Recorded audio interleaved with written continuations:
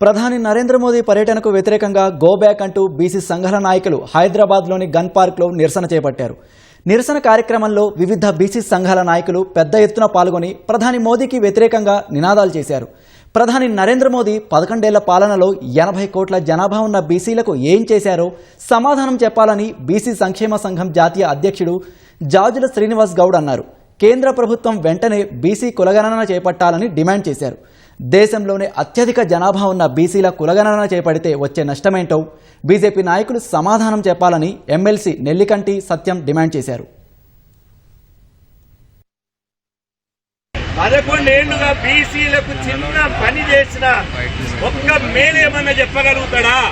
అందుకోసమే ఇలా డిమాండ్ చేస్తున్నాం. నువ్వు పెరేడ్ గ్రౌండ్ లో బహిరంగ సభ పెడుతున్నావు కదా, నీ 11 ఏళ్ల పాలనలో దేశంలోని 80 కోట్ల మంది బీసీల కోసం ఏం చేసినవో ఒక్కసారి అక్కడ మీరు చెప్పాలి. మీరు చెప్పకపోతే జాతి మిమ్మల్ని క్షమించదు అని చెప్పి ఈ సందర్భంగా హెచ్చరిస్తున్నాం. నిజంగా బీసీలు అనుకుంటే ఇవాళ నరేంద్ర మోడీ ఈ బహిరంగ సభ జరగదు.